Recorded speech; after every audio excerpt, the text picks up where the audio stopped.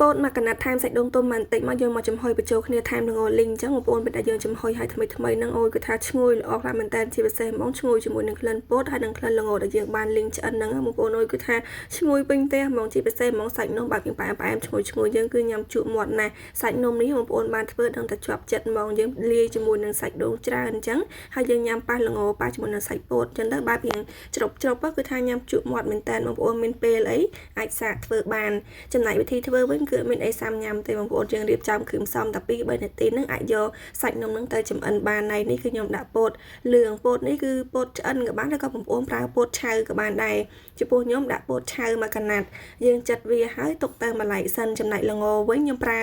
ល្ងសលាយល្ងខ្មៅតាំងពីមុខហ្នឹង10ក្រាមយើងលីងឲ្យវាឆ្អិនឲ្យឈ្ងុយល្អអញ្ចឹងទៅខ្ញុំទុកទៅម្លែកសិនចំណែកសាច់ដូងខ្ញុំប្រើសាច់ដូងទុំកោសចំនួន110ក្រាមស្មើនឹងម្ខាំ1ម្សៅអង្ករត្នោត80ក្រាមហើយនឹងពោតលឿងដែលខ្ញុំបានហាន់ហើយនឹងពោតនេះបងប្អូនមានច្រើនដាក់ច្រើនទៅឬក៏បងប្អូនអត់សូវចូលចិត្តទេយើងប្រើតែសាច់ដូងម្សៅអង្ករត្នោតស្ករហើយនឹងល្ងក៏បានដែរហើយខ្ញុំបានបន្ថែមស្ករ40ក្រាមហើយនឹងល្ងដែលខ្ញុំបានលីងហើយនឹង10ក្រាមគ្រឿងផ្សំមានតែប៉ុណ្្នឹងទេយើងរៀបចំកូរច្របល់ឬក៏បងប្អូនពេលដែលមានសាច់ពោតណាដែលវារៀងជាប់គ្នាអញ្ចឹងយើងអាចប្រឡេះឲ្យវាបែកពីគ្នាបានល្អមកហើយយើងទៅសោះប្រហែលជា1នាទីទេបងប្អូនគាត់ថាវាចូលសព្វគ្នាហើយខ្ញុំរៀបចំយកមកដាក់ចម្អិនសម្រាប់ការចម្អិនវិញអត់មានអីញ៉ៃទេខ្ញុំយកទៅចំហុយបងប្អូនខ្ញុំយកទៅចំហុយគឺសាច់នំបងប្អូនឃើញនេះគឺពេលដែលយើងលាយគ្រឿងវាអត់ស្អិតចូលគ្នាមែនប៉ុន្តែពេលដែលយើងយកទៅចំហុយទៅវាមានជាតិសំណើមអញ្ចឹងគឺធ្វើឲ្យសាច់នំហ្នឹងវាស្អិតចូលគ្នាបានល្អហើយ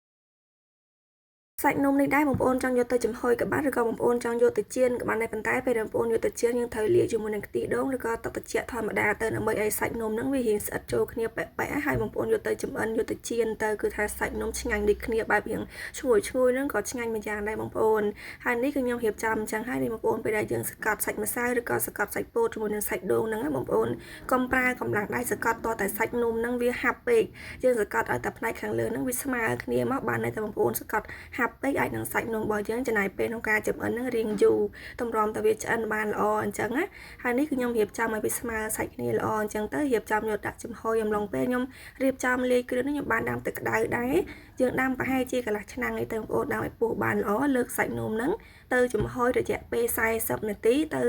45នាទីគឺសាច់នំឆ្អិនបានល្អហើយសម្រាប់ពោតចំហុយលាយជាមួយនឹងសាច់ដូងនេះដែរបងប្អូនចង់បន្ថែមរសជាតិក៏បានដែរបងប្អូនមានត្រាវប៉ុន្តែត្រាវមិនថាត្រាវតលងឬក៏ល្ពៅអីផ្សេងទេបងប្អូនត្រូវយកទៅស្ងោរឬក៏ចំហុយឲ្យឆ្អិនសិនអត់ដូចពោតទេពោតបងប្អូនអាចប្រើឆៅក៏បានឆ្អិនក៏បានដែរប៉ុន្តែចំពោះជាប្រភេទត្រាវតលងឬក៏ល្ពៅអីផ្សេងហ្នឹងបងប្អូនត្រូវចំហុយឬក៏ស្ងោរឲ្យឆ្អិនសិនបន្ទាប់មកយើងបបែកសាច់ត្រាវឬក៏បបែកសាច់ល្ពៅហ្នឹងឲ្យវាម៉ត់បានល្អទៅចាំចូលមកលាយគ្រឿងបញ្ចូលគ្នាយើងធ្វើបែបហ្នឹងក៏ឆ្ងាញ់មួយយ៉ាងដែរបងប្អូនខ្ញុំបានធ្វើនំចំហុយអញ្ចឹងដែរខ្ញុំលាយជាមួយនឹងត្រាវឬក៏លាយជាមួយនឹងតលងពណ៌ស្វាយបងប្អូនពេលដែលឆ្អិនទៅគឺញ៉ាំប្លែកមាត់មែនតើបងសាច់នំបែបយើងឈ្ងុយហើយបងប្អូនបានលាយតលងលាយត្រាវអញ្ចឹងទៀតទៅគឺថាឈ្ងុយពីត្រាវមកផងហើយយើងបានថែមពោតអីតិចតួចទៀតមកគឺបែបយើងច្រប់ផ្អែមហ្នឹងអើយគឺញ៉ាំចាប់ជាតិញៀនណាស់បងប្អូនមានពេលគួរតែសាកធ្វើ